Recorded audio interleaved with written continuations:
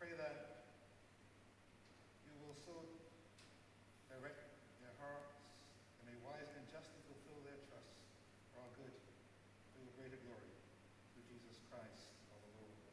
Amen. Say the Lord's Prayer.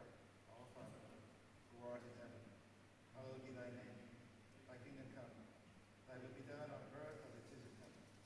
Give us this day our daily bread, and forgive us our trespasses, as we forgive those that trespass against us. And lead us not into temptation, but deliver us from evil. For thine is the kingdom, the power, and the glory, forever and ever. Amen.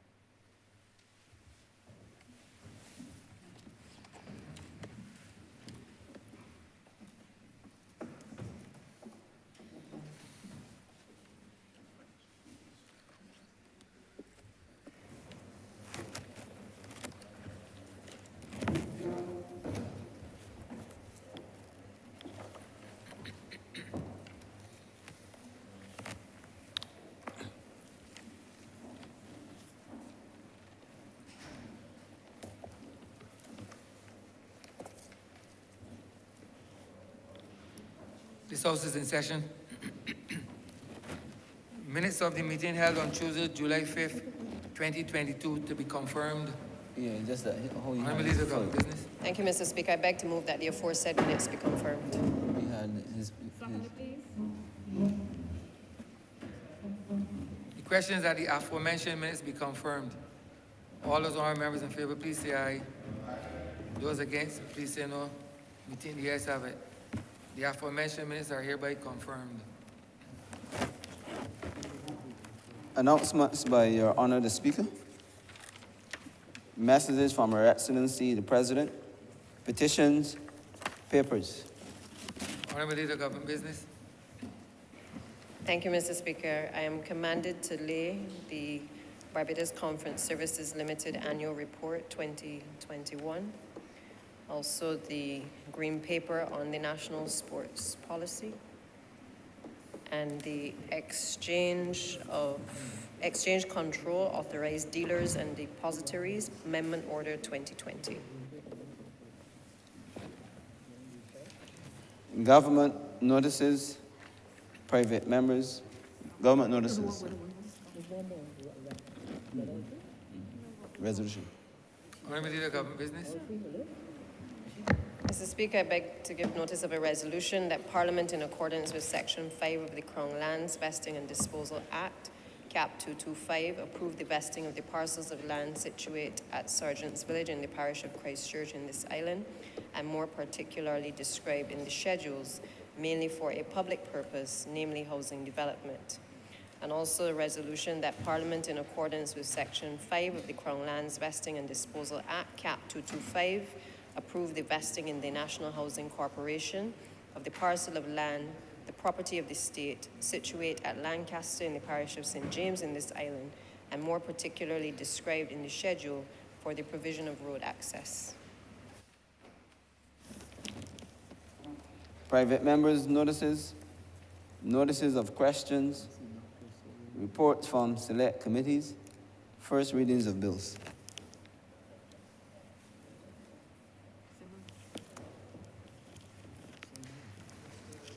Honourable Member St. James Central. Mr. Speaker, sir, beg to move that the first reading of electric light and power,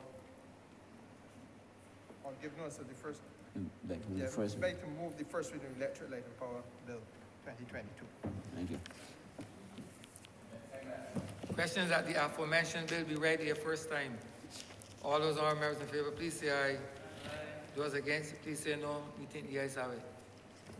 Statements by ministers, congratulatory and/or obituary speeches, personal explanations, motions for leave of absence, oral replies to questions, notices of motions for the adjournment of the House on matters of urgent public importance, orders of the day.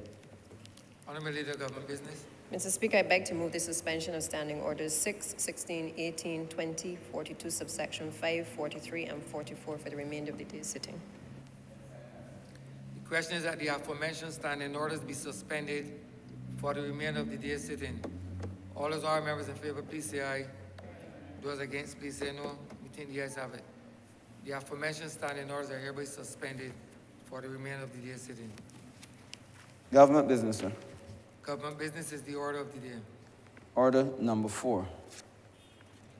In the name of the Honourable Minister in the Ministry of Finance and Economic Affairs, to move the second reading of the Financial Services Commission Amendment Bill 2022. Honourable Member for Christchurch East Central. Thank you very much, Mr. Speaker. I wish to ask for the Chair's permission to have this debate conducted as a cognate and to include item number 5 on the order paper as part of the debate, given the link, sir, between both bills. The question is that order number 4 and number 5 be done as a cognate debate, given the fact that they're inextricably linked. All those honourable members in favor, please say aye. Those against, please say no. We think the ayes have it. Thank you very much, Mr. Speaker. I rise this morning to share a few thoughts, sir, on not just what is before us as the amendment suggests for order number 4 and 5, but really and truly, sir, just to give a little bit of context given the environment we are operating in. Now, Mr. Speaker, as you are aware, the Financial Services Commission, sir, came about as a result of the failure, sir, of the previous system, which the Office of the Supervisor of Insurance at the time, sir, there were regulatory breaches in its inability, sir, to be able to sufficiently monitor and to effectively, sir, determine what ought to have been a reasonable process for winding up what was then, sir, the CLICO debacle. And so the FSC was formed, sir, to try to ensure then that the regulatory environment upon which we've asked, sir, many Barbadians certainly to over the years, to be able to purchase whether it's insurance products, sir, pension plans, the credit union movement as we know it, sir, all of these were all governed by different specific acts and entities. And therefore the FSC was created in order to provide and to mobilize, if you like, in a much more efficient way, the resources of the regulatory environment to be able to ensure that the public can feel comforted that the system of regulation, sir, was efficient and will work in their interest, sir, in the country.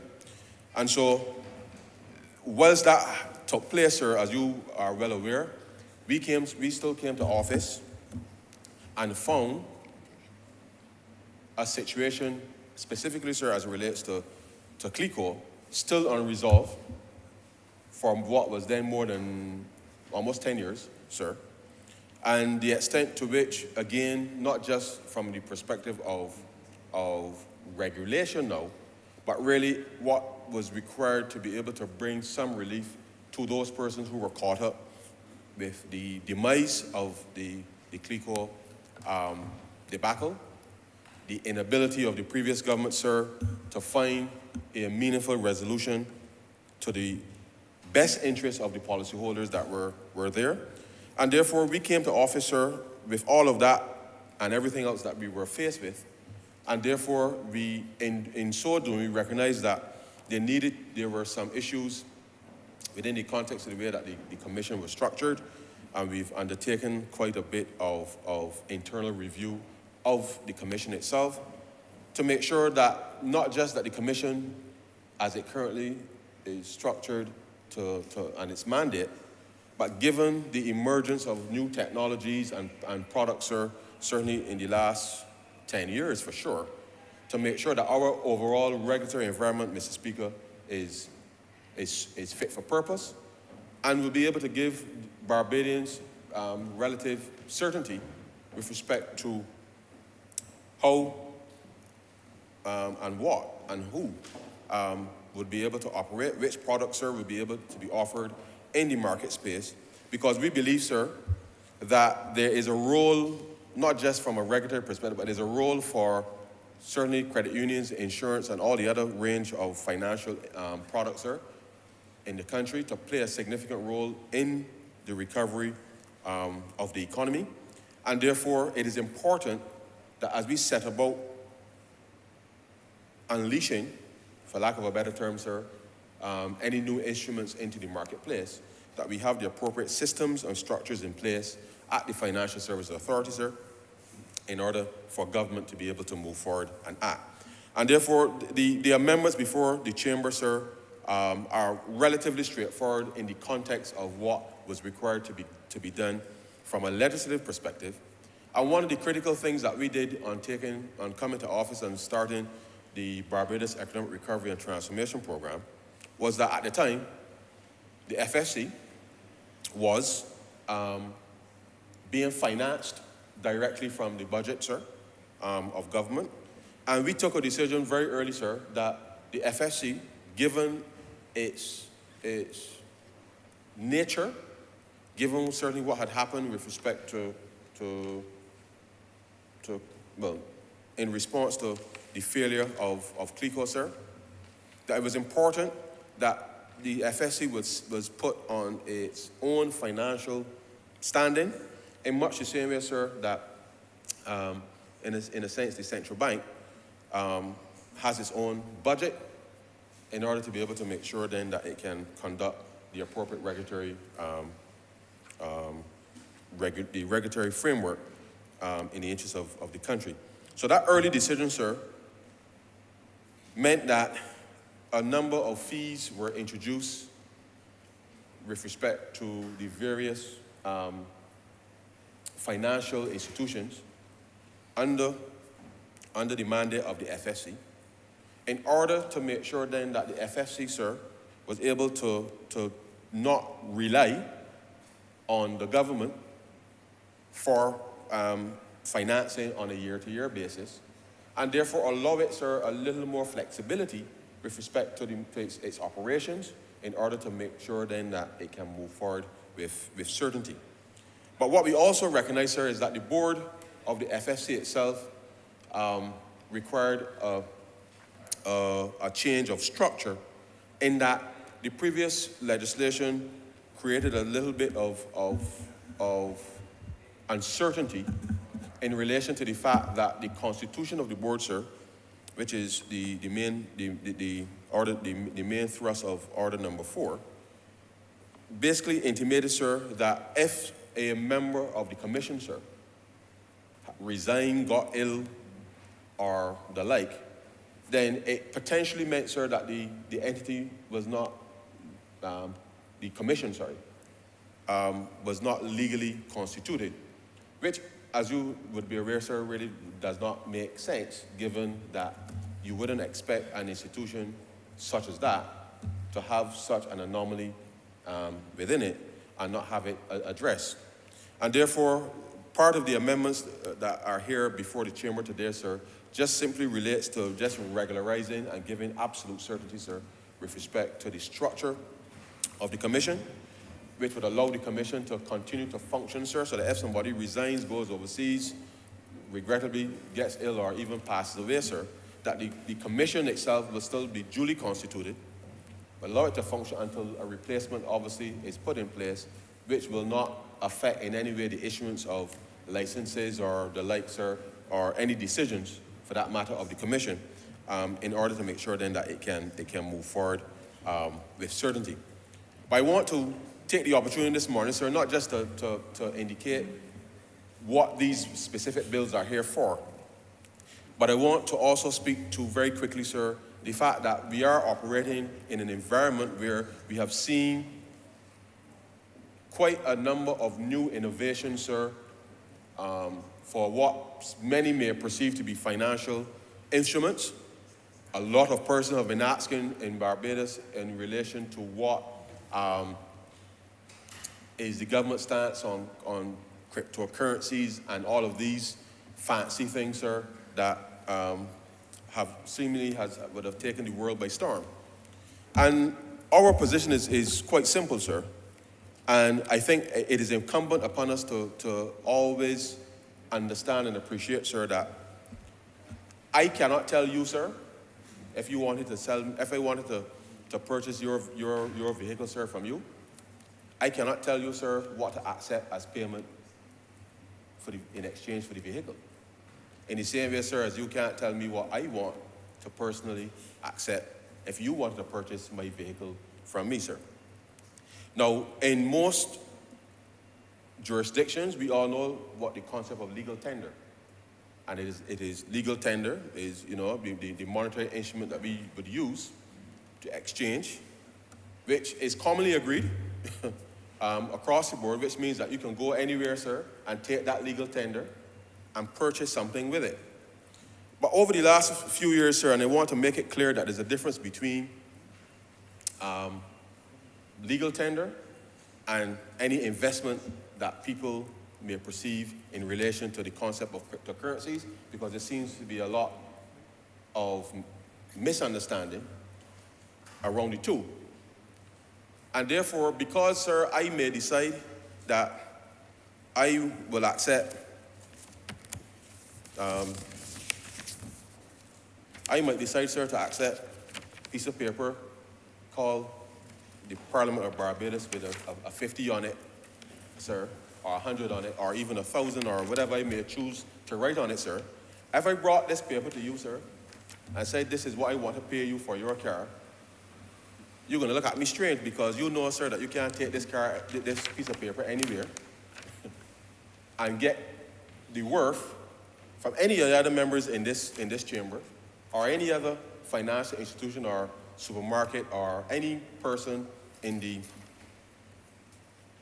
regular economy, in order to get the value that you know that you should get. But there's nothing stopping you, sir, individually from accepting this piece of paper with $2 on it in exchange for the vehicle. But what becomes the problem, sir, is whilst individually we may each of us decide what we want to exchange for our property. The issue comes, sir, with respect to how the rest of the market perceives that specific transaction. Now, as we know, sir, in all jurisdictions, there are central banks who all have the responsibility, sir, of maintaining the money supply in the space in order to regulate the access to currency in whatever form you want, which must not be confused in any way, sir, with what people may regard as digital currencies or cryptocurrencies, which I hope I'll be able to clarify. So the substance of all of this, sir, comes down to what collectively, if 30 of us in here, sir, decided that we will each exchange among us pieces of paper with the Parliament of Barbados on it as currency, and you being the speaker, sir, you regulate how much currency the member for Christchurch Essential may have vis-a-vis the amount of currency that the member for, Christchurch West might have a little more currency, sir, than Christchurch East Central. But St. Michael South too. And St. Michael South. But the reality, sir, is that there's a measure of regulation around what happens in this space. And normally, sir, and this is just to be absolutely clear, normally it means that I am producing something that you may need, and you may need something from another member in here, and the demand for that, for those goods or services, sir, is really what will drive the value of the very currency or the underlying payment structure that is there. It's quite straightforward. So if I'm doing well, meaning, sir, I'm producing more of these name tags here, sir, compared to the member for St. Michael's South, it means, sir, that obviously I need more cash, and therefore and therefore, sir, as a result, when I deposit, if you like, then I'm depositing cash based on the transactions that I undertook, which when they deposit into whatever bank account, whatever system it is, sir, I know that I have a deposit of X in there. And when I wake up tomorrow morning, sir, the deposit is still X unless some measure of interest or something, sir, is applied to it in order to make sure then that there's absolute certainty. When it comes to this idea now, sir, of cryptocurrency and these things, because I want to make it clear, sir, that when all of us deposit, when any of us would deposit money into any financial institution, sir, we don't expect that tomorrow morning when we wake up that somehow the value of those deposits have trebled or gone up or even gone down. Because, sir, you know, I know full well, sir, in my own case, that when you check your bank account, sir, and you see anything that is strange, you're gonna first try to find out what is going on with that. And therefore, you don't expect to see any variation, sir, in the value of the deposits or savings or whatever it is that you have in the financial instrument. But with cryptocurrency, sir, and the way that it has evolved over the last few years, again, sir, there seems to be a little bit of a misunderstanding. Because when you put money, sir, into an instrument, a security, if you like, you're investing in something. And when you invest in something, sir, it means that the company, whatever the underlying asset, sir, is, whatever that is, whether it's a good or a service, when you make an investment, sir, you're making an investment into something where you can tell and you can see and feel and touch almost, sir, what is happening, which then gives you the confidence to put your money, to continue to put your money into a company. That is the basic tenet of investment, sir, because you want to get a return on that investment. And you, sir, seeing that I am depositing monies for name tags, sir, and I am doing name tags for all the parliaments in the world, sir, or what conventions in the world, sir, you see growth potential, and therefore you take up a small amount, sir, and invest in me. And every quarter, sir, I'm showing you that my revenue is going up, which justifies the return investment back to you through dividends, because I've been able to take the investment that you have provided to me, sir, expanded, in either more supplies, more equipment to be able to keep up with the demand for name tags, for example, sir. And therefore, using that capital allows me then to do more and therefore get more revenue and repay you, sir, the investment that you have put into the operation in order to be able to move forward. With this cryptocurrency thing, sir, is almost like it's an imaginary world. And I say so because people need to appreciate and understand quite clearly, sir, that one, when it comes to regulation, sir, if anybody in here, sir, or in Barbados, wake up this morning and check their phone, sir, and check your bank balance, and suddenly your bank balance, sir, moved from the day before of $2,000 on it, and then this morning, sir, when you wake up, it's 0 or 100, you're going to ask some serious questions of the financial institution. Then you're going to ask some very serious questions, sir, of either the central bank or the FFC, sir, depending on where it is. And then, sir, finally, if you can't get those answers, you're going to come to the government and ask very serious questions about why it is that with either your deposits or your investment, for that matter, that you've had that experience. And the purpose of regulation, sir, and having an appropriate regulatory environment is to be able to help protect people. But with these digital currencies, don't let me say digital currencies, with these cryptocurrencies and the exchanges that we have seen multiplied and gotten quite popular, particularly amongst young people, one of the very critical things about these exchanges is that there is a lack of regulation surrounding these entities. Nobody can say definitively what it is they're putting the money into, sir. And therefore, to the extent that any regulator cannot, with any reason, indicate what is not just the purpose, but the mechanism through which these so-called investments are growing, sir, then it becomes pretty much a problem. Now, all during the pandemic, sir, we all heard about blessing circles and all of these things, sir, with respect to what was designed, sir, to try to extract from people in a very fraudulent way their hard-earned cash. And all I can say to Barbadians, sir, is that this government has taken a quite responsible approach to this idea of cryptocurrency, because we've asked every person who have come to Barbados to express interest in setting up here, we asked them quite simple, few simple questions, sir. Because we need to know who are the principals involved, what is the underlying technology that you're using, and what are the assets that are going to back any instrument that we can allow Barbadians to put their money into. Now, the truth is, sir, there are some amongst us who are completely risk-averse. And, sir, for those persons who are completely risk-averse and don't really worry about whether they can lose a few thousand or a few million or whatever it is in your circumstance, even though you may be risk-averse, sir, the government still has a responsibility to make sure that anybody that is operating within the confines of Barbados, that they are following the appropriate regulations, because we don't want people to necessarily play fast and loose with their money. And certainly we would never advise that.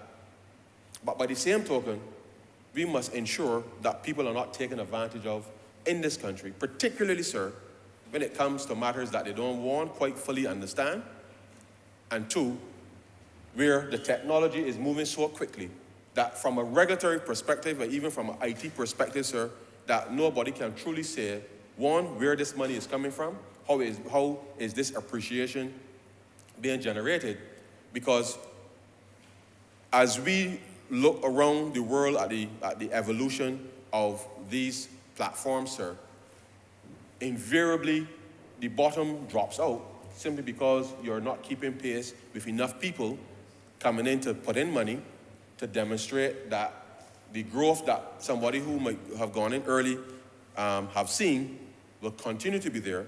And therefore, all around the world, sir, we are seeing instances where central banks and other regulators like the Financial Services Authority are now fining entities for illegally operating and providing these services within this space. And our perspective has always been, sir, that once we can understand very clearly and justify to any of our constituents, sir, why we would allow such an entity to operate within the space, and notwithstanding the application of the technologies are very useful, but what persons seem to be most attracted to, sir, is the so-called ease with which you can put some money onto a platform, and then you see that money notionally, sir, increase in value. But the problem always comes, sir, that when you see this increase in value, you still have to come back into the real world, sir, and buy something from somebody. So therefore, if I determine that I want to create something called Parliament Coin, sir, for example, the people outside of Parliament, sir, may or may not accept Parliament Coin as legitimate form of exchange, so that they could go down Broad Street, sir, or Swan Street, Marhill Street, sir, and play, buy some fruit, or do anything else that they may do in those spaces, sir. And therefore, it must be made absolutely clear, that in a rapidly evolving environment, sir, between the Financial Services Commission as well as the Central Bank, they have a responsibility, sir, to make sure that anybody who comes into this space, that one, they're fit and proper, and two, that they're not going to unleash any technology that will inadvertently, sir, take advantage of ordinary Barbadians, which then, sir, will see not just public outcry, but certainly because the outcry may be one thing, but what always is the concern, sir, is that the fallout that from a financial perspective, that is always the case, sir, when these types of schemes or systems go down, And by go down, I mean, sir, when they collapse, because the nature of the activity itself is not linked to any real activity. And so it is important that whilst we find the right balance, sir, with respect to regulation on these new instruments, that Barbadians also pay attention, sir, to where they put their money. Because if there's nobody that you can call, really, and ask a serious question about who is in charge of this entity, what is the underlying asset that is driving the performance of the entity, now I can only caution people, sir, I can only caution people to think carefully, very, very, very carefully, about where you choose, sir, to put the little change that you may have extra to be able to deploy for the best uses, because we want to encourage investment. But we want to encourage investment, sir, that is responsible, both domestically, regionally, and even internationally.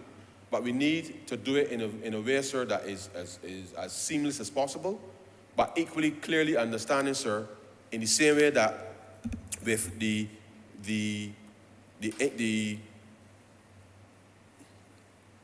executive flexible premium annuities, sir, that were being offered by CLICO, and the interest rates that were being offered at the time, which were not justifiable,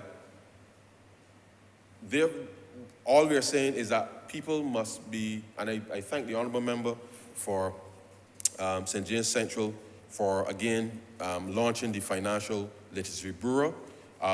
The FFC has a mandate as well through working with the various associations to enhance financial literacy. But it is important, sir, that these financial literacy programs ultimately gives enough information for an education, I should say, sir, that would allow people to start to do their own research. And I don't mean research in the context of what the type of research that people refer to during COVID, but literally asking the right people the right questions in order to get the responses that will allow them, sir, to decide whether or not they're going to take the risk in terms of investing in anything. And let me point out, sir, that there's always risk. No regulator, not the FFC, not the central bank, not the government, sir, can eliminate risk. But what is important is to understand that there's a framework within which one is operating. And as much as we would love to be able to unleash all of these nice, fancy things, sir, the reality is that if we do not take the time to understand who are the operators, what really is their intent, and put the systems in place such that any regulator or any citizen for that matter can have access to the appropriate information, sir, with respect to any financial service or product. It is critical that we create the environment that allows for relative certainty, as I said, sir, in terms of the institutions who are operating in the space, but giving the confidence, sir, to the average Barbadian that entities operating within the space are properly regulated, and we are moving, sir, to make sure that within the context of the insurance sector, the credit union sector, sir, the pension funds and cooperatives and the like, sir, that we have an institution which, quite frankly, sir, with the work that they've been doing with the central bank under the financial stability program, we have some very strong institutions who are well poised now, sir, to participate more fully in terms of building out the economy. But we must do so conscious that whilst people have grown accustomed to doing things a certain way, even within some of these institutions, that we are minded, sir, that as we go to a new phase, that we have to enhance, certainly, our approach to not just regulation, but how we govern ourselves. I will speak very quickly, sir, on this specific matter because I am aware, sir, that we have a very strong history in this country, certainly over the last 40 years of building out credit union sector, sir, that I think we can all be very, very, very, very proud of. And it is one of the areas, sir, that is a shining light. But I wish to, at this point, sir, indicate that as credit unions get larger and larger and larger, sir, and we have seen that growth and we welcome that growth, and furthermore, sir, I would like that growth to even double in the shortest possible time in terms of the assets that they hold in the economy, helping to further empower ordinary Barbadians as they have, sir, over the past 40 years. We want the credit union sector to be able to reach a level of engagement in this country where perhaps, sir, people may see them as the institution of choice with which to do any business with. But in order to be able to get to that level and make sure, sir, that the appropriate not just regulation, but governance structures are in place, it is important, sir, that the movement now needs to start to reflect very carefully, sir, on how do you achieve a much, whilst maintaining the principles of the movement, how do you maintain a much stronger corporate governance stance by being able to allow independent members, if you like, to improve the governance of some of the institutions. And I raise that specific issue, sir, because it is important that as we grow, and in the same way that we expect any business to grow, sir, and to be able to focus on achieving said growth, one must always accept, sir, that you don't always have all of the skills that you may require internally, which, as you know, sir, with most institutions, there are few people who tend to do the heavy lifting, sir. And it is important now that we look very carefully at how do we reorient the structures of the boards of credit unions, notwithstanding their bylaws with respect to membership and how that works. But in order to take on and to strengthen, what I would say, sir, is the architecture. Because with each juncture, sir, we must always pause and assess how best can we serve the interests, certainly, of ordinary Barbadians. And from a regulatory perspective, sir, we believe that in order for us to be able to lift not just the credit union movement, but certainly the domestic insurers which we have, who have also done some acquisitions regionally as well, sir. We want to see these Barbadian businesses grow.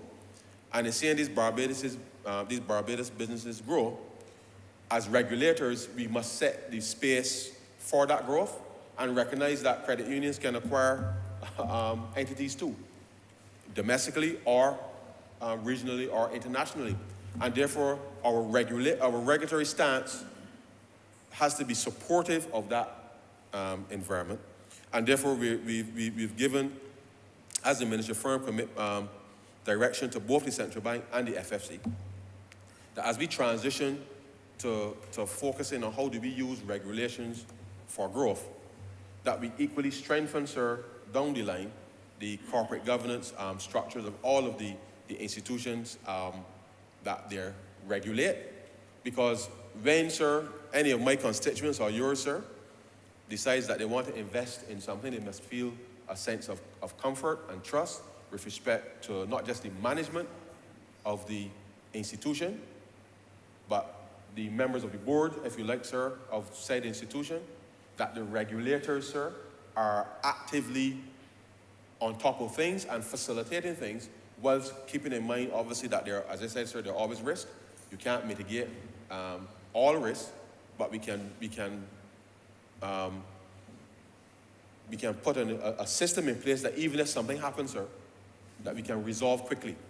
And that, sir, is what is critically important as we move forward, not just with respect to how we deal with financial institutions, but it really, sir, it spreads across the rest of the economy. Because if we are going to build out the economy and we're going to have an inclusive recovery, then where the rubber hits the road, sir, with respect to the provision and the access to financial services, it means that as citizens, sir, we must be engaged a little more, and the government is trying to build out its role with respect to the provision of better financial literacy in the first instance. But the financial literacy, sir, is only as good as the ability for it to influence, I think, positively your decision to make either an investment or to purchase a property or what have you, utilizing all of that. Because at the end of the day, I know that in this environment right now, people are looking for the fastest way, sir, to make some money. The fastest way to make some money. And the truth is, sir, many of my constituents have sent me many messages asking whether, Ryan, this true. And I have always said, sir, if it was true, I would got a little more here now.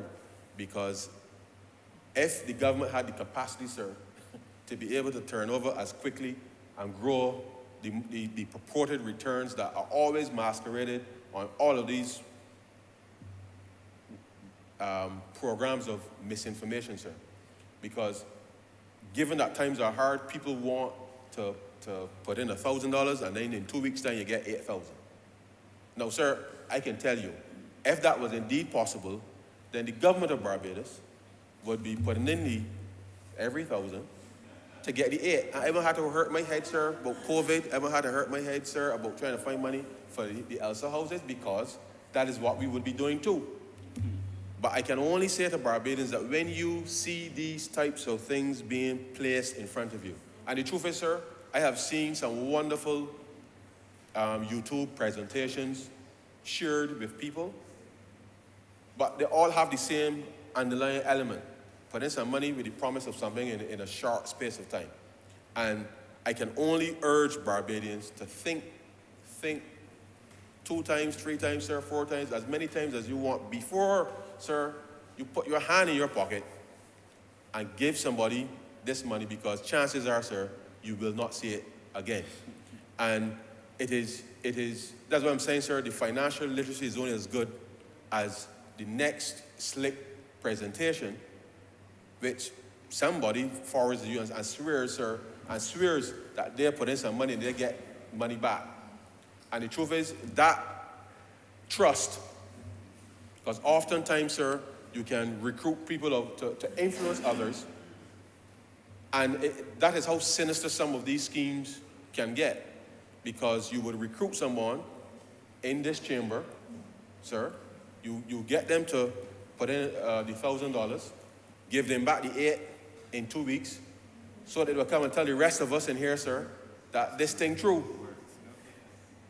And then all the rest of us are trusting that this thing happened, then go and put in the $1,000, and then off you go.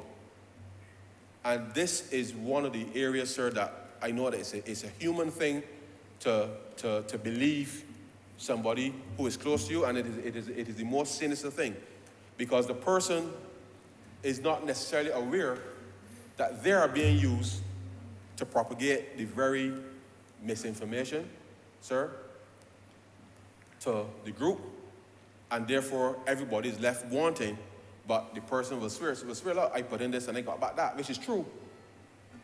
But the scam is always to get to the many. And it's those margins and rates of returns that the fraudsters, sir, are happy to perpetrate. And therefore, I say to people, if you do not see the underlying investment, the asset that this thing is going into, then chances are, sir, it is fraudulent. And I know it is a very emotive thing to react to these tales of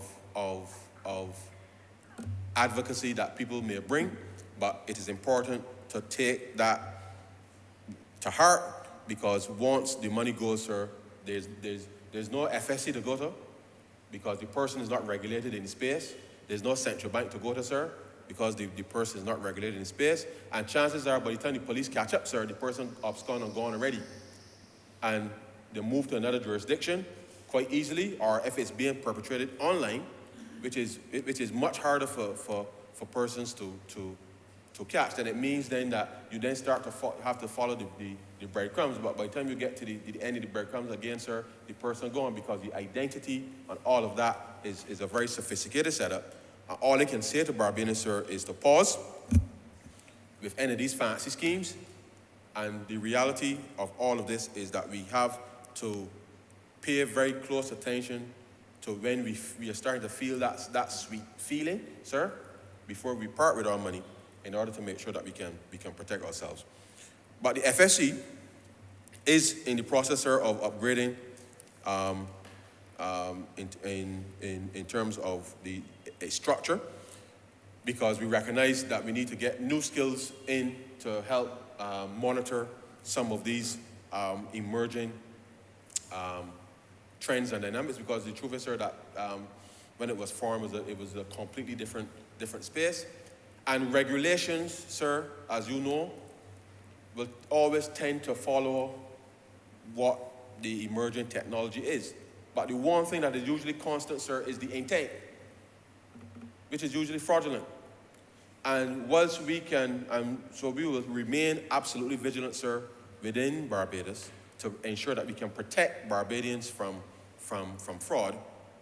But we can only protect Barbadians from fraud, sir, one, if they report the said fraud. And reporting, I know it may take some time, because one has to investigate. You have to investigate. And part of the challenge sometimes is that people don't, because of the shame,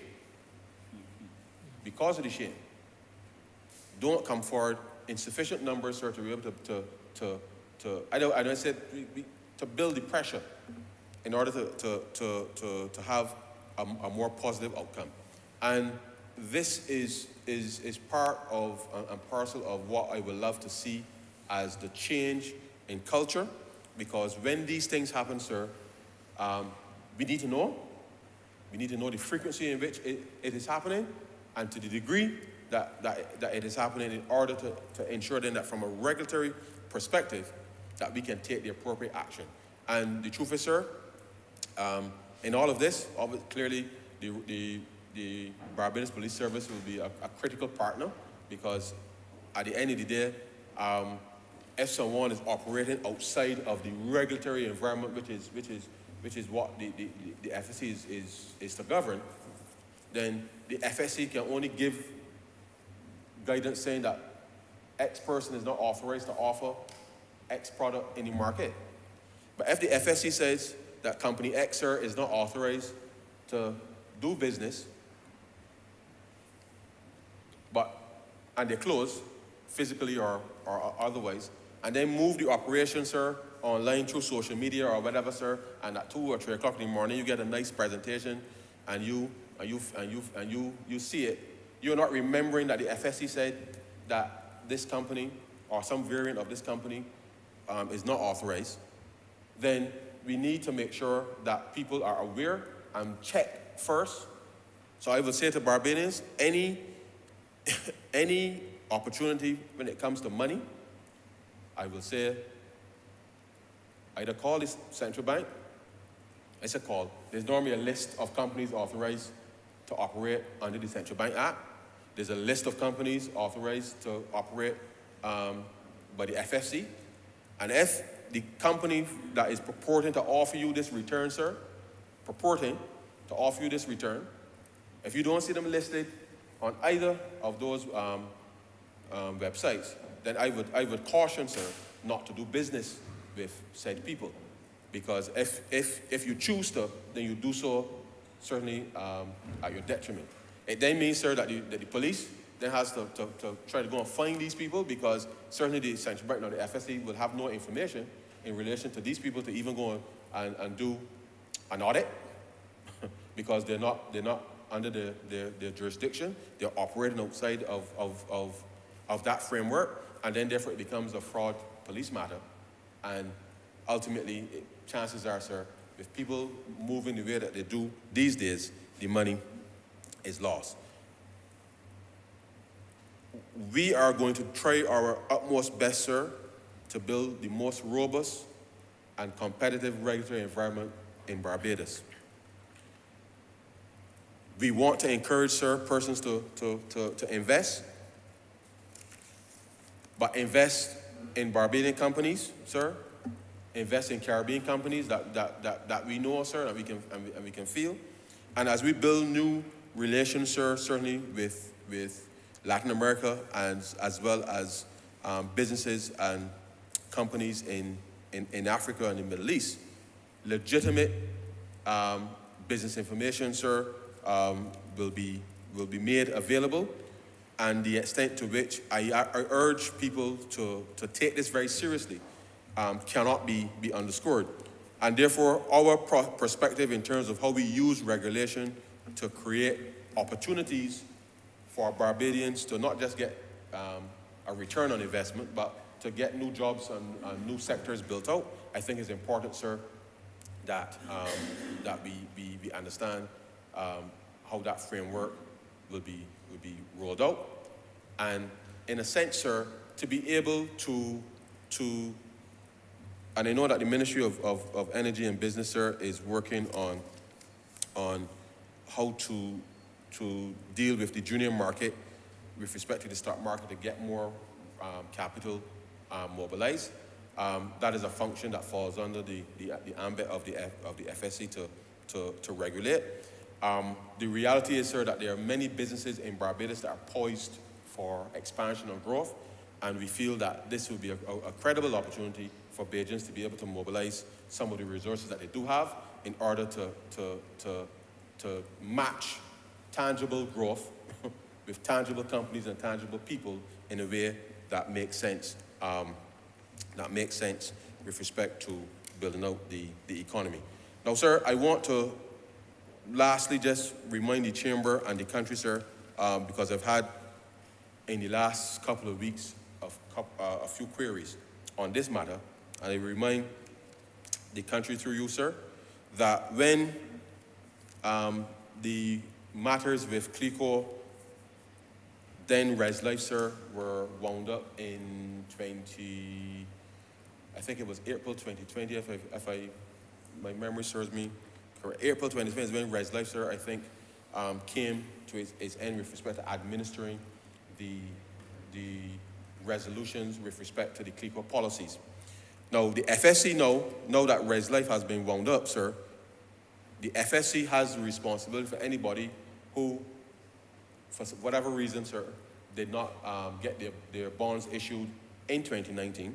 So the FSC has the responsibility now for administering any of the persons who were the stragglers, I should say, sir, at that point.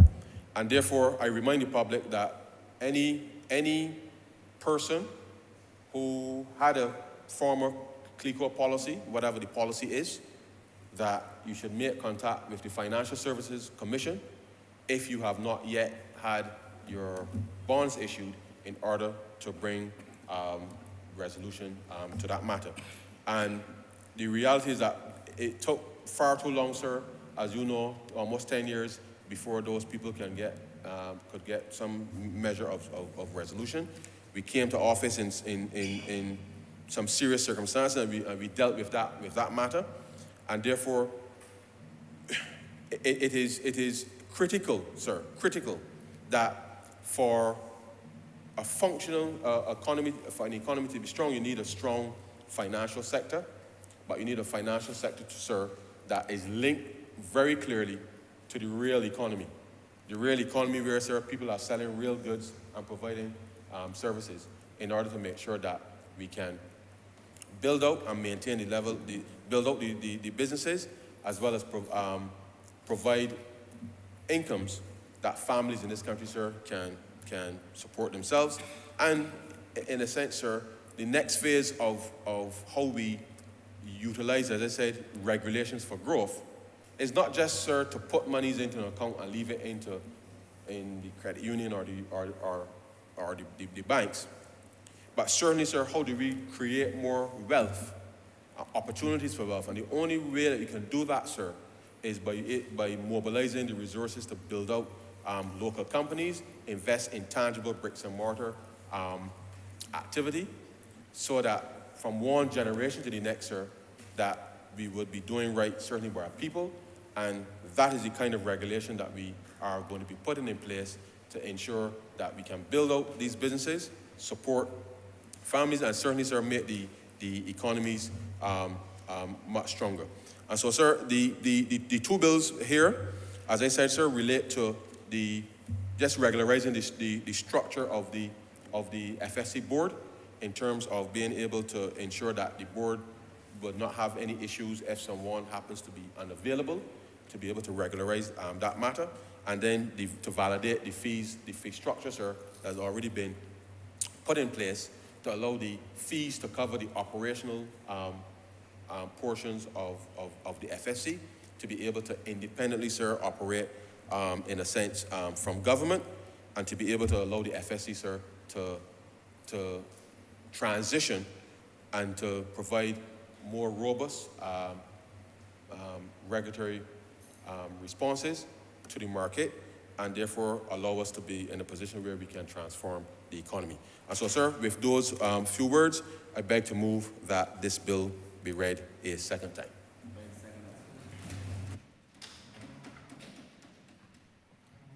Honourable Member for Christchurch West.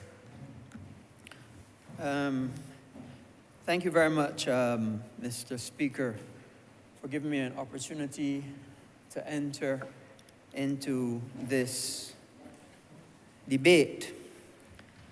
Now, first, Mr. Speaker, let me at the outfront say that I fully support both measures.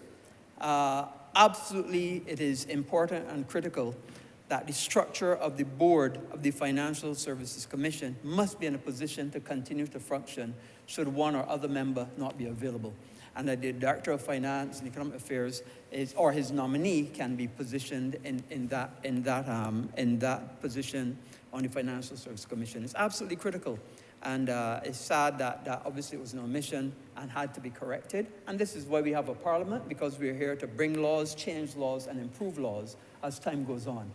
In fact, when I think about a parliament and laws, I remember a very learned attorney told me that parliament is about changing laws. And if parliament was not about changing laws, we would probably still be in slavery today. And if you don't believe in that laws must be changed, then maybe you should still be in those mental, if not physical, shackles. So I fully agree and fully support that we had to make that law correct. The other part of it, the validation, obviously it cannot be that we've been collecting fees and not having the appropriate legislation in place. So therefore, as I've often said in here, Parliament can go forward in time, Parliament can go back in time, Parliament can make the illegitimate legitimate, and Parliament can do all sorts of things that otherwise no other entity or facility in the world can do. So this is a concept of Parliament actually going back in time, a validation bill, and making something that was wrong correct and putting it right and putting it in place. But I go further, because what we need to do is find a way, and it must be somewhere in the world, where fees can change or become up to date without having come to Parliament each time. And I'll give you an example. The cost of a license to do business for whatever reason, buy a liquor license for argument's sake. But 20 years ago, the cost of buying a liquor license may have been X dollars. But 20 years hence, it would not be fair to say that that cost should still be X dollars. So we as a parliament and we as a nation have to find a way that fees and licenses and the cost thereof progress with time without having to go through bill by bill by bill for each and every single one to be able to change the costs as they change due to inflation, due to changes in nature of business, cost of doing business, whatever it needs to do. Because if we imagine, Mr. Speaker, if we had to change every piece of legislation that related to a fee, how much time, how much cost in the Parliament would be taken up in doing that?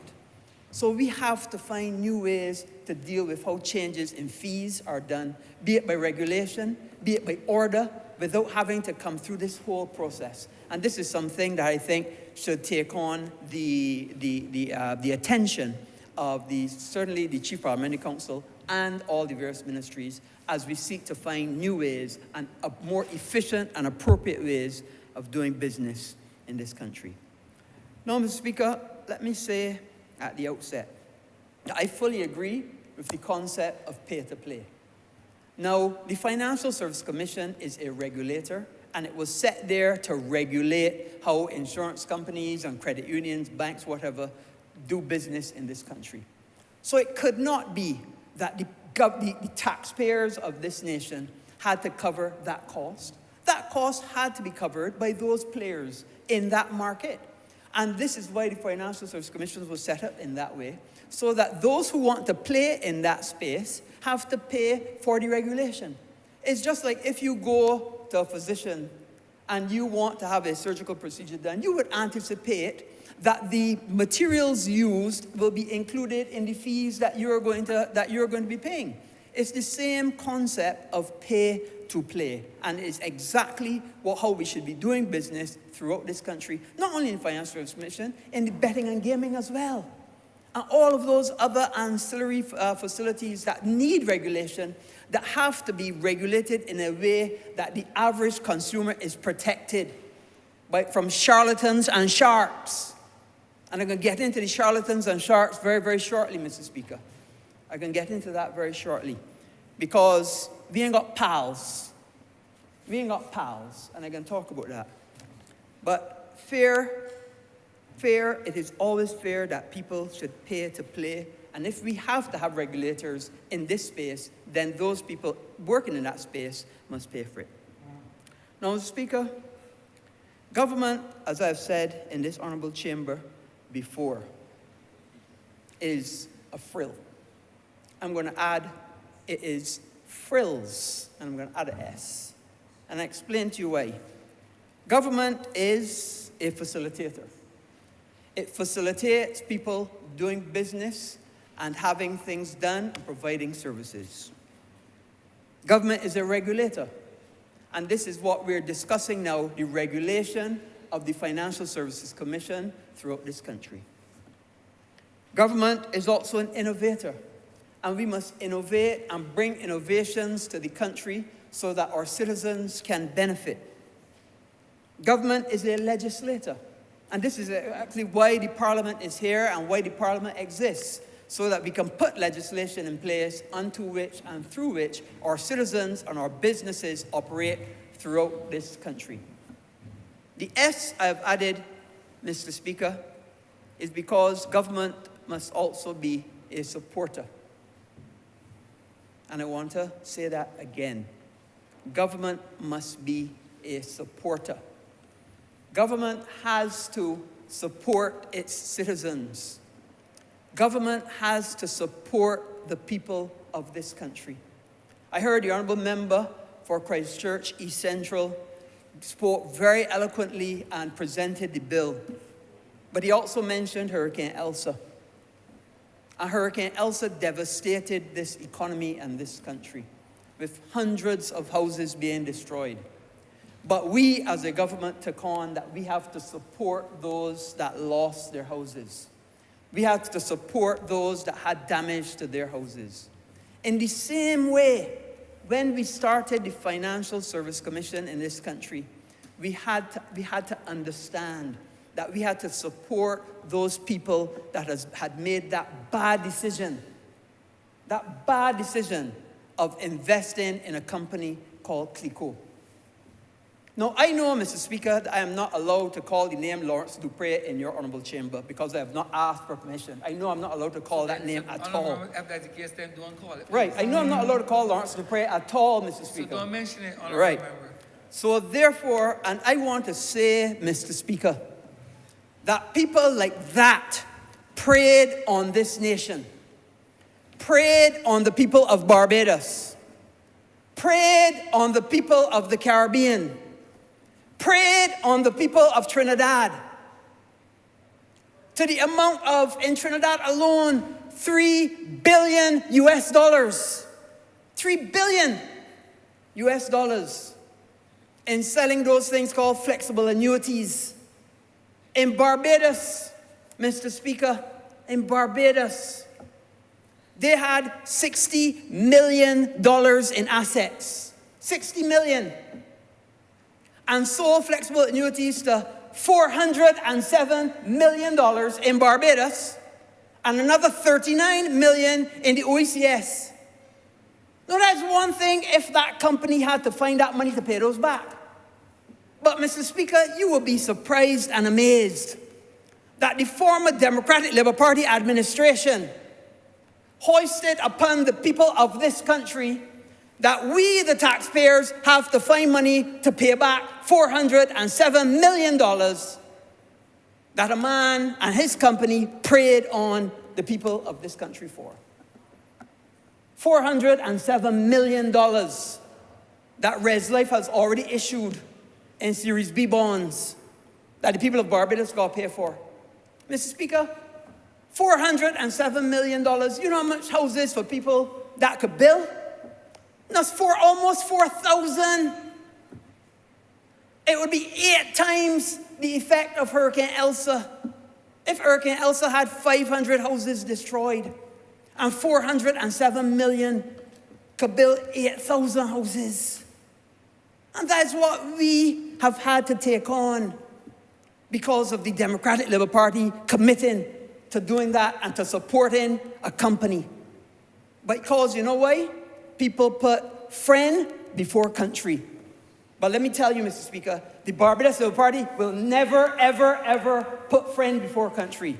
It is country, country, country. And I'm going to read an excerpt from the then member for St. Michael South, speaking in the March 16th estimates debate of 2011.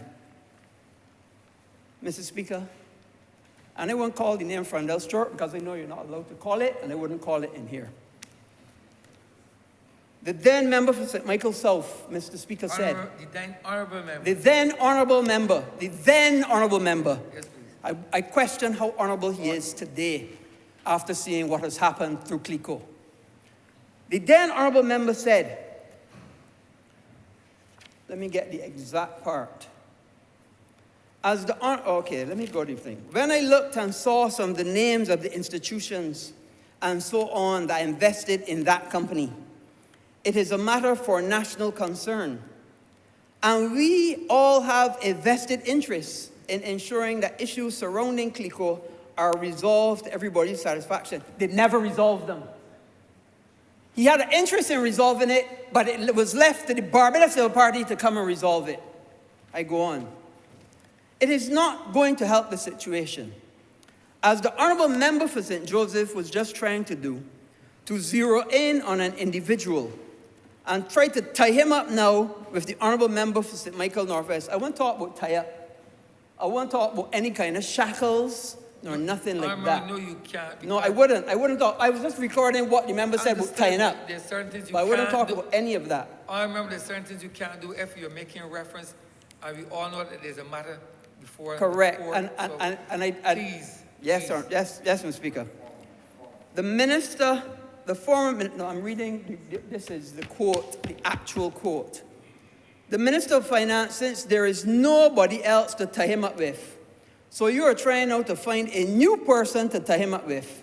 And the old dingy Barbados Labour Party politics, for which there is no place in Barbados anymore. Now, Mr. Speaker, maybe I should at this point stop and say the old dingy Democratic Labour Party as a total, of which there is no place in this Parliament for, and has not been for 2 elections. Maybe we should go there.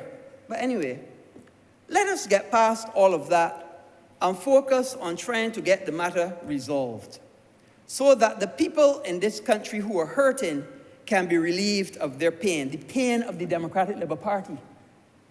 That is the pain that the people of this country... You know, Mr. Speaker, many of my neighbors, many of my friends invested their hard-earned money in CLICO and those flexible annuities. For years, could not get back a cent till the Barbados Labour Party came to office. For years, got all sorts of lip service from the Democratic Labour Party, including in this speech. All sorts of lip service, and could not get back a cent till the Barbados Labour Party came to office, restructured the debt, and you know what? Today, they're getting something. They're not getting all, they get them in bonds, but you know what? At least they got back something. Thanks to the Honourable Prime Minister and the Barbados Labour Party. They got back something. But I go on. The then member for St. Michael South says, I have something to lose, much to lose, if CLICO goes under. You know, and that makes me think, that member was thinking more of self and less of country. Well, I know of many members that got gratuity, former members in this house that got a gratuity and put it in CLICO and no glad to get about something too. But they were not thinking about self. They were thinking about country and doing better for this country. But this is the most interesting part, Mr. Speaker. I have a vested interest in its recovery and success. It cannot help me to try to exploit some photograph that a journalist or some photographer secured for a newspaper with a member of this cabinet talking to the CEO of CLICO or whoever he was. He has been my friend for years. He was my client at one stage, and I do not disown him. He is not a leper. I do not agree with everything he does. I have never agreed with everything he has done. But like all other Barbadians, he has worked his way up. He has fallen. He's had his ups and downs, and he is in a down. But he is not a leper. He is my pal. So, a former prime minister of this country decides to wink at a pal doing nonsense to the detriment of the people of this country for $407 million at a time when they only had assets for $60 million. That is what a former prime minister, a former member for St. Michael South did to the people of this country. That's what he did. Because it was his pal and because he wasn't a leper. But Mr. Speaker, let me tell you something. We in this country are very, very aware and very, very astute. That company called CLICO was a wolf in sheep's clothing because it was doing hybrid. It had legitimate business, don't get me wrong. It had legitimate health insurance. It had legitimate property insurance. It had legitimate motor vehicle insurance. But underneath that sheep's clothing was the wolf that was gouging out and biting out people's necks and throat with those flexible annuities that caused people to lose millions of dollars. People went to their grave, Mr. Speaker, and never saw a cent. Sold hotels, Mr. Speaker, and put all the money in the hotel, from the hotel sale into that and had to wait years to get back. It is an injustice. It is an injustice, Mr. Speaker, that the people of this country must never, ever, ever forget. And when you see taxpayers having to pay $407 million, and let me tell you, Mr. Speaker, a lot of people don't understand. And I am here to remind people, $407 million the taxpayers of Barbados have to look for to pay for that debacle and fiasco when a former prime minister was only interested about flying boat on some way private jet. A lot of nonsense. No, man. The people of Barbados must remember, must understand that the Democratic Labour Party put us in this problem. They contributed to the lost decade. They contributed to us not seeing growth in this country. They contributed to a loss of confidence in our institutions. They contributed to hardship and death. And And Mr. Speaker, Barbadians have been always accused of having short memories. But there's remember you at the right time. And to all those pretenders who think that they have an opportunity to come back and see this institution pulled down to the gutter like they did, they got another thought coming. Not as long as I have strength and breath in my body. I will stand in the breach and make sure that they will not reign in this country with the executive position again. Mr. Speaker, I'm obliged.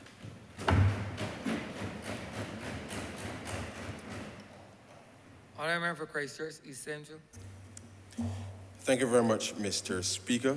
I can only commend the Honourable Member for Christchurch West for his very robust intervention.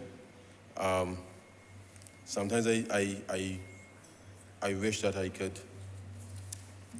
respond in kind, but I always err on the side of your caution, sir, in relation to these matters. But I can tell you, sir, that these conversations are live across Barbados. And the extent to which we have had to clean up, sir, clean up really, is regrettable, because what it has meant is that each time we believe, sir, that we've crossed the river, there's something on the other side, sir, waiting for us. And the truth is that what the Honourable Member spoke to really relates to the fact that even now, as I indicated when it was wrapping up my presentation, is that it takes cash right now in a very constrained environment to continue to pay those persons who clearly were impacted by the lack of resolution from CLICO prior to us taking office.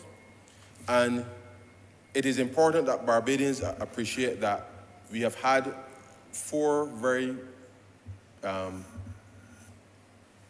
serious years.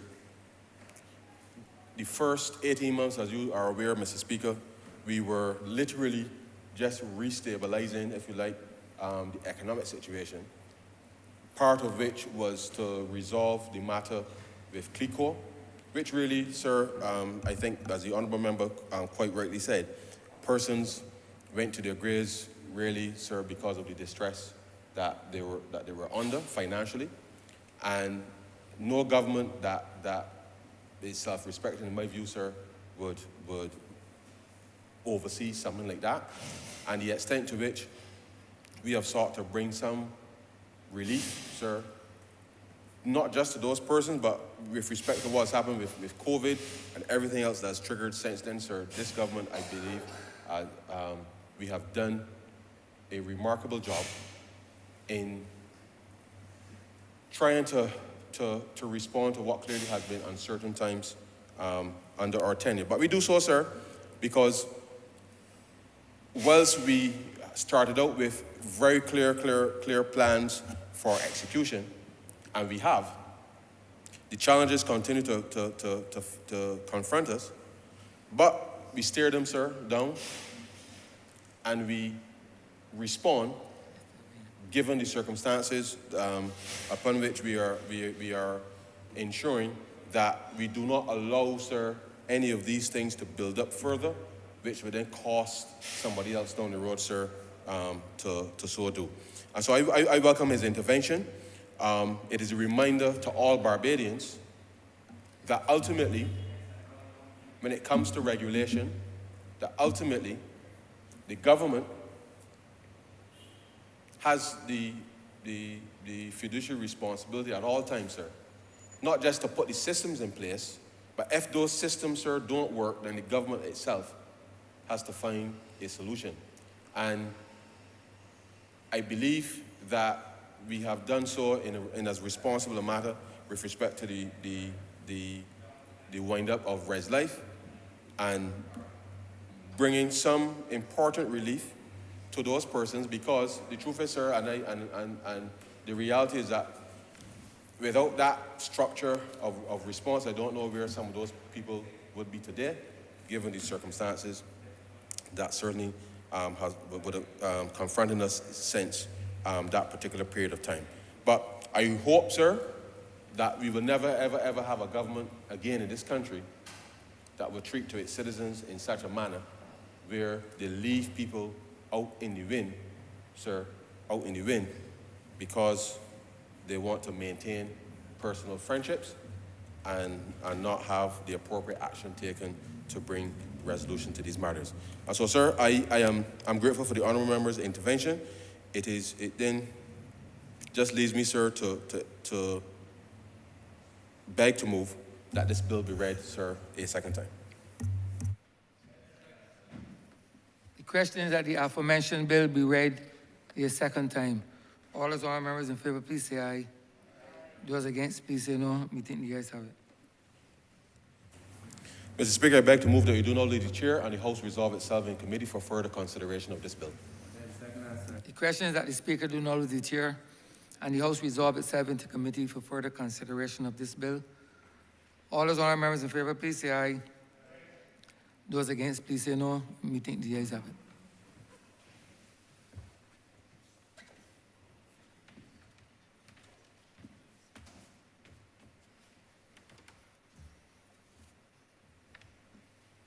This Honourable House is now in committee.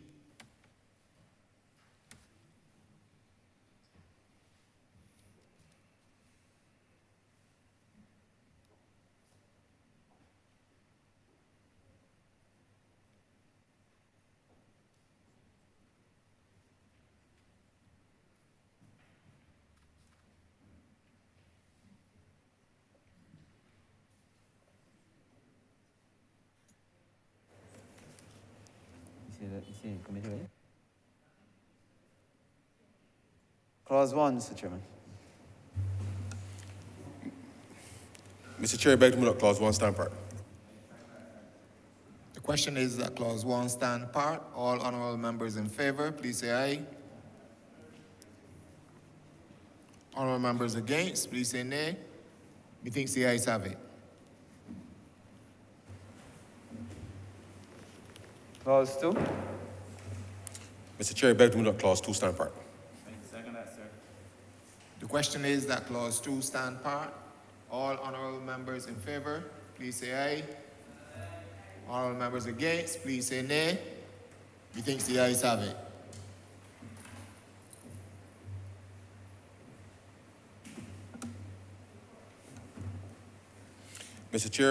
Chairman, I beg to move that you do not report to His Honour the Speaker the passing of one bill in committee. The question is, I do not report to His Honour the Speaker the passing of one bill in committee. Honourable members in favour, please say aye. Honourable members against, please say nay. Thinks the ayes have it.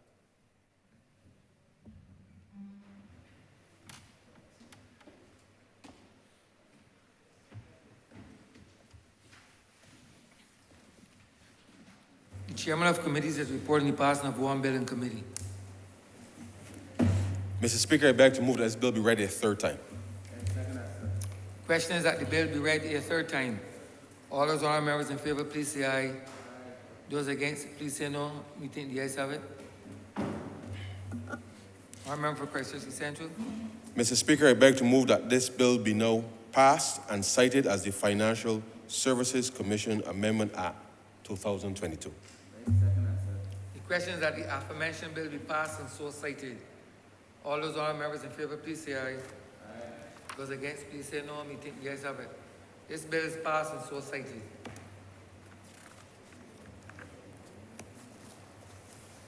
Honourable member for Christchurch Central. Order number 5, sir. In the name of the Honourable Minister in the Ministry of Finance and Economic Affairs, to move the second reading of the Financial Services Commission Miscellaneous Provisions and Validation Bill 2022.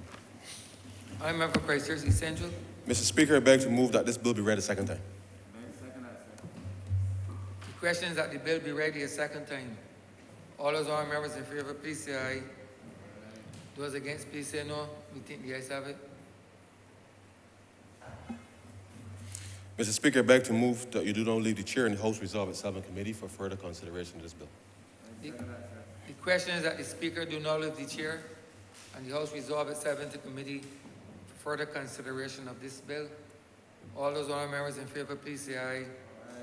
Those against, please say no. We think the ayes have it.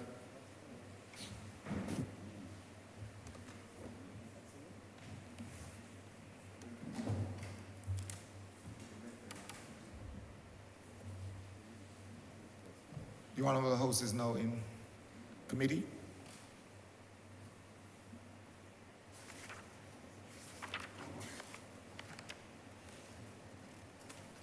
Clause 1. Chair, I beg to move that Clause 1 stand part. The question is that clause 1 stand part. All honourable members in favour, please say aye. Honourable members against, please say nay. Methinks the ayes have it. Clause 2. Chair, I beg to move that Clause 2 stand part.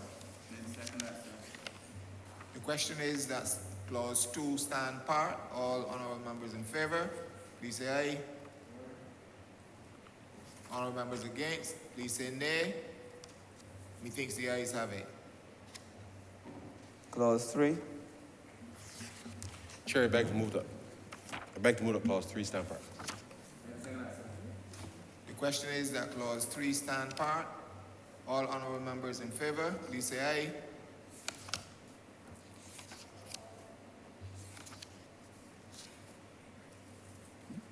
Honourable members against, please say nay. Methinks the ayes have it. Clause 4. Chair, I beg to move that Clause 4 stand part. The question is that clause 4 stand part. All honourable members in favour, please say aye. Honourable members against, please say nay. Methinks the ayes have it.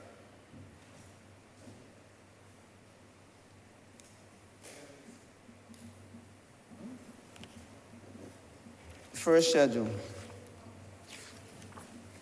Chair, I beg to move that the first schedule be the first schedule to the bill. The question is that the first schedule be the schedule of the bill. Honourable members in favour, please say aye. Honourable members against, please say nay. Methinks the ayes have it. The second schedule. Chair, I beg to move that the second schedule be the second schedule to the bill. The question is that the second schedule be the second schedule of the bill. All honourable members in favour, please say aye. All members against, please say nay. Methinks the ayes have it. Third schedule. Chair, I beg to move that the third schedule be the third schedule to the bill. The question is that the third schedule be the third schedule of the bill. All honourable members in favour, please say aye. Honourable members against, please say nay. Methinks the ayes have it. Report. Chair, I beg to move that you do not report to His Honour the Speaker the passing of one bill in committee. The question is that I do not report to His Honour the Speaker the passing of one bill in committee. All honourable members in favour, please say aye. All members against, please say nay. Methinks the ayes have it.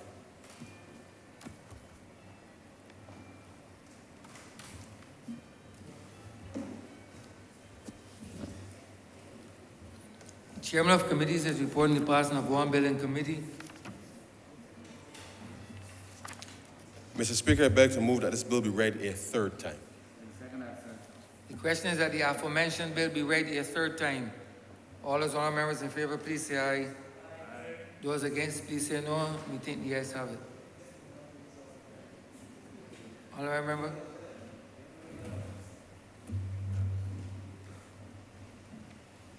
Mr. Speaker, I beg to move that this bill be now passed and cited as the Financial Services Commission Miscellaneous Provisions and Validation Act 2022.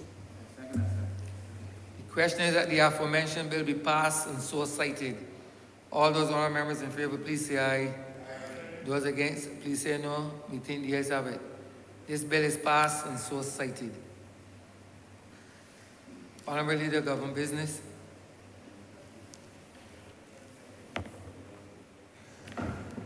Mr. Speaker, I beg to move the suspension of the House until 5 minutes past 12. The question is that this honorable chamber be suspended until 5 minutes after 12. All those honorable members in favor, please say aye. Those against, please say no. We think the ayes have it. This honorable chamber stands suspended until 5 minutes after 12.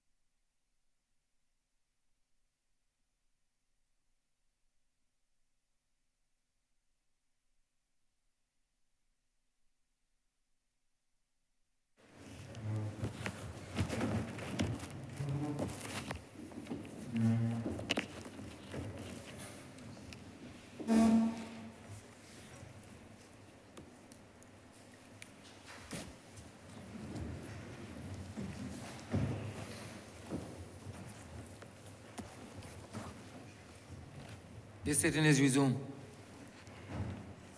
Order number 9, sir. In the name of the Honourable Minister of Housing, Lands and Maintenance, to move the passing of a resolution in accordance with Section 5 of the Crown Lands Vesting and Disposal Act, Chapter 225, to approve the vesting of the parcels of land situate at Sergeant's Village in the parish of Christchurch in this island, and more particularly described in the schedules, mainly for a public purpose, namely housing development. Honorary member for St. George South. Thank you, Mr. Speaker.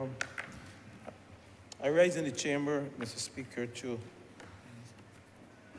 move the passing of a resolution in accordance with Section 5 of the Crown Land Vesting and Disposal Act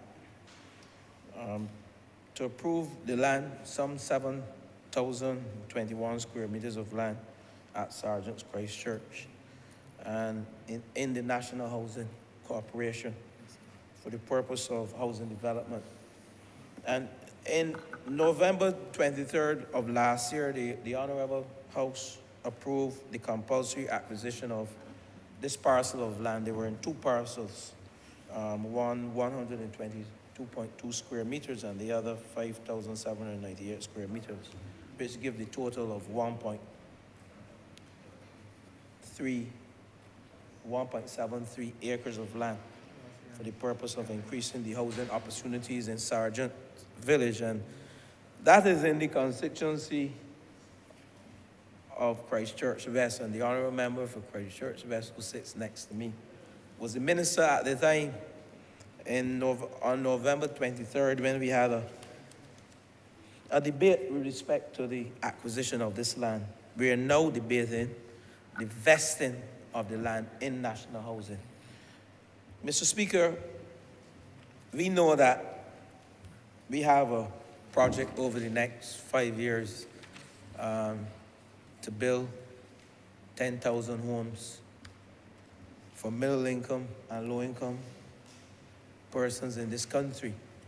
And this piece of land, this 1.73 acres of land, will provide some 9 duplexes and 2 single units.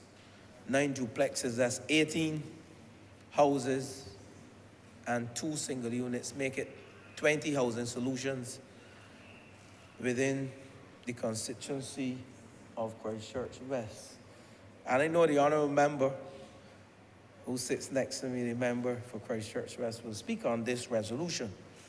And it comes at a time, Mr. Speaker, when we have started the process of constructing the 10,000 homes. And, you know, when I look across at the member for St. Michael East, I recall him saying that I am not Houdini and that this is more than a mammoth task. But what I can say, Mr. Speaker, as I stand here with all honesty and my integrity intact, that we have land in this country to build more than 10,000 houses. And I spoke in this chamber earlier this year on derelict properties and vacant lots. The Ministry of Housing has prepared a paper for cabinet and is being vetted and discussed with the Attorney General before we bring it to Parliament to utilize, to see how best we can utilize without disadvantaging any landowner in this country who possesses vacant lots and who possesses derelict properties. There are some 15,000 derelict properties in this country and some 20,000 vacant lots. Give them, or 10,000 vacant lots, sorry, 25,000 properties in this country between derelict and vacant lots. And while the Attorney General is busy seeking to come up with the best possible legislation and policy decision to utilize these vacant lots and derelict properties, we are still in the process of well, AG, we're still in the process of constructing houses. And we saw at Vesper Gardens in the media recently visits by the Prime Minister, visits by me, the Minister of Housing, and visits by the Senior Minister responsible for infrastructure, where some 160 houses are being constructed. And we saw homeowners given the right to move into their homes when the time is right. A young lady, 30 years of age, and a civil servant, 38 years of age. And these persons earn between $2,000 to $4,000 per month net. And we're able to provide housing solutions for those persons, for teachers, policemen, nurses. And soon to be, there will be a discussion with the nursing council, whereby we will sit and give the opportunity to many civil servants, whether nurses, nurses assistant, general workers. We'll take them through the process to teach them or show them the way how to qualify for these homes with their salaries being within that bracket of $2,000 to $4,000. Mr. Speaker, this week, we intend to host a mortgage fair this weekend, where we will have the financial institutions take persons who we at National Housing would have pre-qualified to own their homes. And I just call that category of $2,000 to $4,000. But we also have a category of persons who earn net less than $2,000 per month, who will also qualify or pre-qualify through National Housing to own a home, whether it is a light gear steel structure, whether it is a wooden structure, or if it is a structure that is being built by National Housing. And we recognize from early that National Housing Corporation, despite we are vesting these lands in the National Housing Corporations, we must have partnerships in an effort to build out the housing stock that we have so articulated and promulgated, not only in our manifesto, but on these floors of Parliament, what we call the silent revolution. We will partner with, and we have started the process, we have formed a partnership with East West Barbados, where we are in the process of constructing light gear steel homes. The senior minister, I know he will speak on those later. And there are 150 houses to be built as a start in this year of light gear steel homes, utilizing some 103 foundations, because we'll be building duplexes and quadruplexes. And what we are seeing here that will be built on the lands at Sargent, 1.734 acres, will be duplexes. And they will be light gear steel homes, and then 2 single units. So we have some 20 housing solutions at Sargent. We are serious about constructing and building 10,000 homes. Soon to be at White Park Road, where we call Alleen's Court. By the end of October, and probably before, we will have some 20 units completed. And these are rental units, and persons within the city, persons within the other environs, close vicinity, St. Michael West, persons will be able to have the opportunity to own their own homes, beginning by renting these homes, these 20 units, and thereafter, at some point in time later, to be determined, we will see home ownership. And these are for persons who are probably below the 2,000 income group, and these are persons whose net salary are probably less than $1,000 and who can't afford to own a home at this stage, but they will start out by renting a home. And I am confident that our plan to construct 1,400 homes We are well on the way in this financial year 2022 to 2023. We are well on the way. And we have a target of 14,005. And I can say to you, Allen's Court, 20 quadruplex units, Parsland extension. We have just finished some 22 single detached units there. Coconut Hall in St. Lucie. And the honorable member for St. Lucie will be pleased to know that next Friday, we'll be journeying to Coconut Hall with the member for St. Lucie to let the people know that we are very serious about building some 22 units, 4 duplexes, and other singles, 14 singles, and 4 duplexes. And the honorable member will be there to witness the infrastructural works, the groundbreaking for the infrastructural works, started by the good member for Christchurch West. And by the end of this financial year, the member for St. Lucie will have at Coconut Hall a mixture of like Gay Steel Homes by a partnership between National Housing Corporation and East West, and also a partnership between National Housing and Joe Villa, which are wooden homes. And the people of St. Lucie will be pleased to know that that is within the first year of construction. And we have started. So those persons who get on the airwaves, the pundits and the naysayers, and who say that we can't build 10,000 houses, tell them, as the young men will say, look out, watch out, because we have started. And we are coming to St. Andrew also. We'll be in St. Philip, St. Thomas, Farmers, Leadville, Christchurch, Applewood and St. George, Rices and St. Philip. Only last week, the member for St. Philip South and I had a conversation where he has allocated persons from St. Philip to occupy those units at Rices, some 11 units at Rices.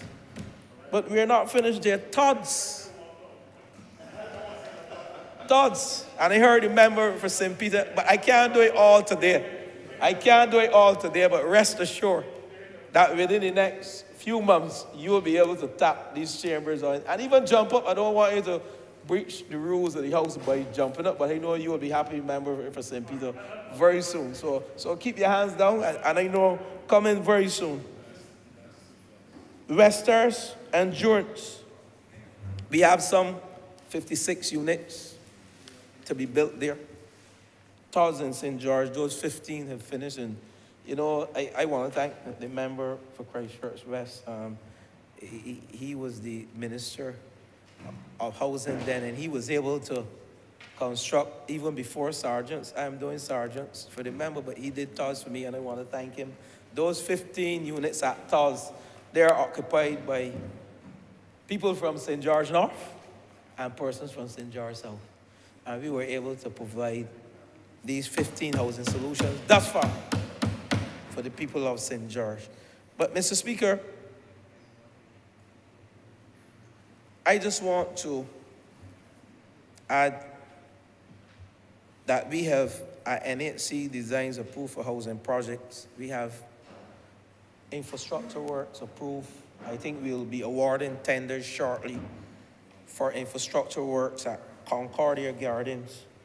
And those houses, I am looking for the number of houses that will be built in Concordia Gardens.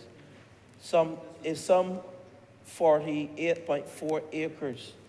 And this will come in year one. We will start the construction of 60 single detached units, 20 duplexes is 84. 94 single detached and 20 duplexes at Concordia Gardens. And we'll be approving tenders. National Housing Board will be approving tenders to get the road infrastructure started, the road work started within the next month. Clifton as well, Coconut Hall in St. Lucie, Branchbury Ginger Works in St. Joseph, and a few more road works are expecting to commence in several of these areas within the next 4 to 6 weeks.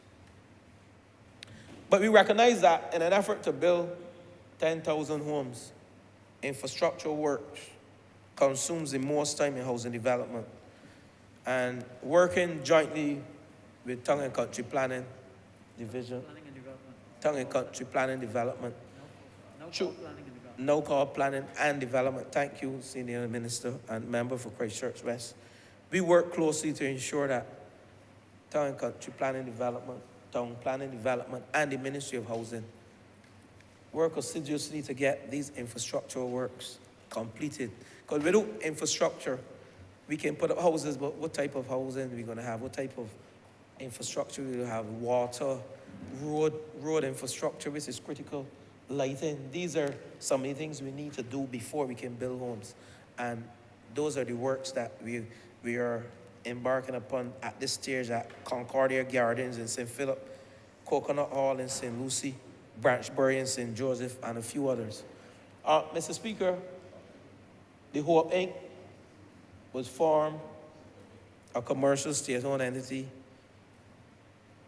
to construct homes in this country for the income category 2,000 to 4,000. And we recognize, and I said in this chamber, that we have some teachers who earn just over 4,000, and soon to come back to Parliament and to Cabinet would be a paper to approve the increase of this net income from 2,000 to 4,000 to 2,000 to 5,000, so we can accommodate some teachers who just fall outside the 4,000 bracket. And I just want to say to you, this has already been approved by the Prime Minister verbally, and she has asked that we bring it back to Cabinet so we have formal approval, and thereafter we are on our way again. But the Hope Inc., in that category, 2,000 to 4,000, soon to be 2,000 to 5,000, will be constructing some 800 homes this year. And they've started, like I said, 160 units at Vesper Garden. They've started at Pool, and the member for St. John, I know he's happy. He visited some months ago to see the infrastructure work started, and he's very happy. We are doing some 201 single detached units with townhouses at Pool, and on some 23.1 acres. And we will finish these by March 2023. So when persons say that we can't build 10,000 houses, I continue to repeat that it is doable. So what I have here, being built by the Hope Inc., 160 units at Vesper Gardens, 201 units at Pool in St. John, 90 units at Colleton in St. Lucie. So the member for St. Lucie, you are getting your fair share. Then Hope Premium now, where we're looking at above the 5,000 brackets. On some 30 acres of land, they have started building single detached units, and thus far they have built over 35 single detached units, and of the 200 units to be built, 100 units will be built in this financial year, and that is to cater to those persons earning over $5,000, and we call it Hope Premium. So, Mr. Speaker, these lands to be vested in national housing at Sargents were formerly owned by Miss Marjorie Payne and Miss Jermaine Atkins, and they are shown on a plan by a land surveyor dated August 26, 2021, and they are recorded at the Lands and Surveys Department in September 2021. And I want to say also, Mr. Speaker, I forgot the East-West project at Hackett Hall, because the member for St. Michael East will be pleased to know, and I know the member for Christchurch West will speak on this. He just showed me photos of, those are quadruplex units at Hackett Hall. There are some 3 quadruplex units at Hackett Hall. There are 12 units in all, if you want. Quads are 4, so 3 quads give 12 single units in the constituency of St. Michael East.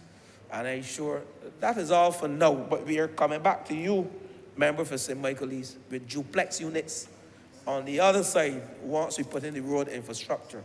So you can get ready to send your people to national housing, member for St. Michael East, because they have to come in and pre-qualify, if you want to use that term, because we have to take them through the process of letting them know in order to get the mortgage certificate, what they're entitled to, how they will be paying the mortgage companies. But I don't want to forget, we are utilizing photovoltaic at Vesper Gardens.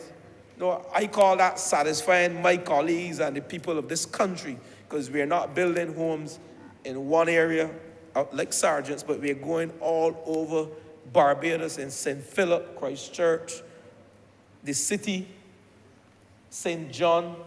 We are building homes across Barbados, St. George, so that every single constituency will see a housing development and housing unit, not only for working class people, but for middle income people and upper. So we are catering to all categories in this country within the housing stock. We have to enfranchise our people. It is often good to say, own a piece of this rock. But there are persons who own a piece of this rock for years, but were not able to own a home. Remember for St. Philip South, you know, there are many persons who own a piece of this rock, but they were not able to own a home. And I think owning a home is better than owning a piece of this rock. Because at the end of the day, you need some place to raise your children, to teach them when they member for St. Philip West, when they leave the schools, they have to go home. It didn't stop there. So you need a home so they can do their homework, where you can feed people. We don't want persons only to be fed in shelters, but you need a home where we can raise children. And that is the foundation for our future, our children. So we have to construct these homes with a view that Barbados, we are preparing Barbados for 50 years down the road and beyond, because that's when our children will become members of parliament. And if we don't have good infrastructure, then we will witness a decay in our society. So we need a good housing stock as part of our development thrust, and also to put people back to work. We have employed over 250 contractors to put people back into their homes after the freak storm and Hurricane Elsa.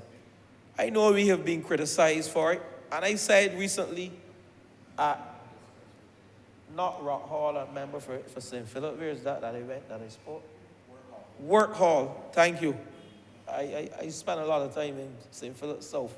My good friend and parliamentary colleague, you know, I try to make sure he's looked after, and he looks after me as well. We have good times in St. South as well as St. Michael East. And I went to Work Hall, where we witnessed 2 homes being rebuilt from Hurricane Elsa. People can say that we have not done this work fast enough, but this is the first time any government in the history of politics in this country, or government in this country, have undertaken to rebuild 1,704 houses that were damaged by a hurricane at a cost of over $100 million. And if you check the history of hurricanes and the time taken to rebuild homes, you'll see that 14 months is the average to rebuild a home after a hurricane has struck a country. 14 months. And we have gone 12 months thus far. And while we can question whether we could have done better, some are saying we could have done better, but we have employed over 250 local contractors, persons. We didn't bring in anybody to construct or reconstruct those houses that were damaged from Hurricane Elsa. What we have done, though, we have some 42 that we will replace through that partnership of East West and National Housing, 42 homes. And persons whose homes cannot be repaired will get, those persons have signed up for East West homes, which are like gauge steel homes. And I go there because we're embarking on a 10,000 housing, 10,000 silent revolution, building 10,000 homes in this country over the next 5 years. But we are also mindful, and people have to understand that while we are doing that, we are also repairing 1,704 homes across 3 agencies: Urban Development Commission, Rural Development Commission, and National Housing Corporation. You can research the archives. You can look at Hansard and you can tell me, Mr. Speaker, I have the right to do that as well. Where in the history of this country have you rebuilt and repaired 1,704 homes at a cost of $100 million by any administration? And I want to congratulate the Prime Minister for undertaking, for taking up this task of repairing these 1,704 homes and rebuilding. Because out of the 1,704, I think it's a 60-40 split in terms of rebuild and repairs. But, Mr. Speaker, I don't want to spend the entire day because we're going to have a number of housing resolutions, land acquisition resolutions to speak on in this lower chamber, because as we build out the housing stock in this country, 10,000 houses, we have to acquire lands. So land acquisition, we have one here, again, soon to be read in this parliament, land being acquired at Vesper Gardens. And I will be coming to St. George shortly. We will be discussing land acquisition at Brighton, Lower Brighton in St. George, where we will be constructing some 49 units there as well. So, Mr. Speaker, I just want with those words to beg that this resolution now pass. I'm obliged.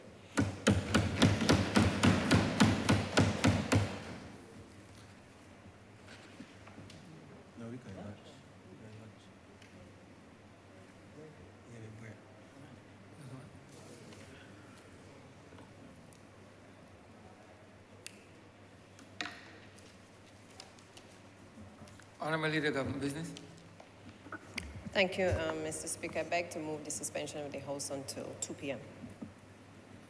The question is that this honourable chamber be suspended until 2 p.m.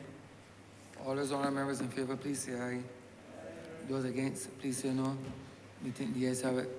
This honourable chamber stands suspended until 2 p.m.